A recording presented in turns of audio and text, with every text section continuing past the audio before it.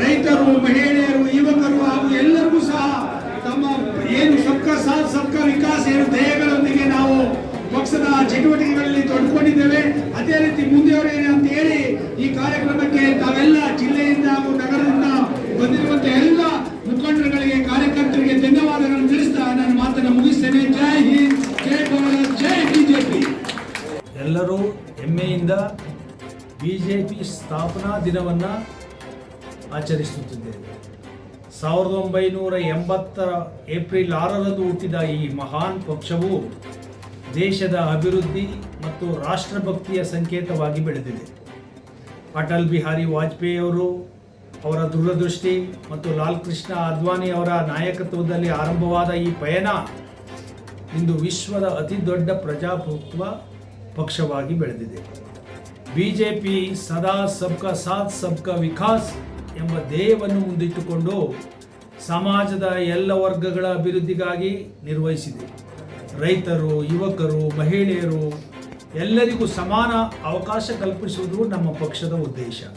ಇಂದು ನಾವು ಪಕ್ಷದ ತತ್ವಗಳನ್ನು ಮತ್ತು ದೇಶದ ಅಭಿವೃದ್ಧಿಗಾಗಿ ನಮ್ಮನ್ನು ಸಮರ್ಪಿಸುತ್ತಾ ಭಾರತವನ್ನು ವಿಶ್ವದ ಶ್ರೇಷ್ಠ ರಾಷ್ಟ್ರವಾಗುವಲ್ಲಿ ನಮ್ಮ ಪಾತ್ರ ಮಹತ್ವದ್ದಾಗಿದೆ.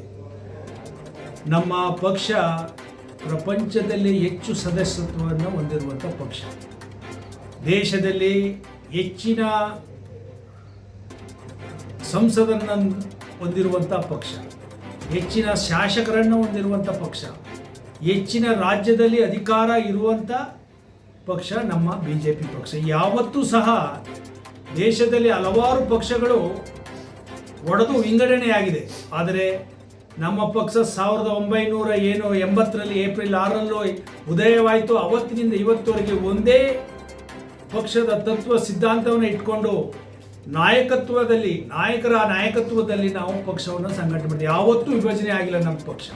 ಈಗ ನೋಡಿ, ದೇಶದಲ್ಲಿ ಪ್ರಪಂಚದಲ್ಲಿ ಹಲವಾರು ದೇಶಗಳಲ್ಲಿ ಪೆಟ್ರೋಲ್ ಬೆಲೆ ಜಾಸ್ತಿ ಆಗಿದೆ, ಡೀಸೆಲ್ ಬೆಲೆ ಜಾಸ್ತಿ ಆಗಿದೆ.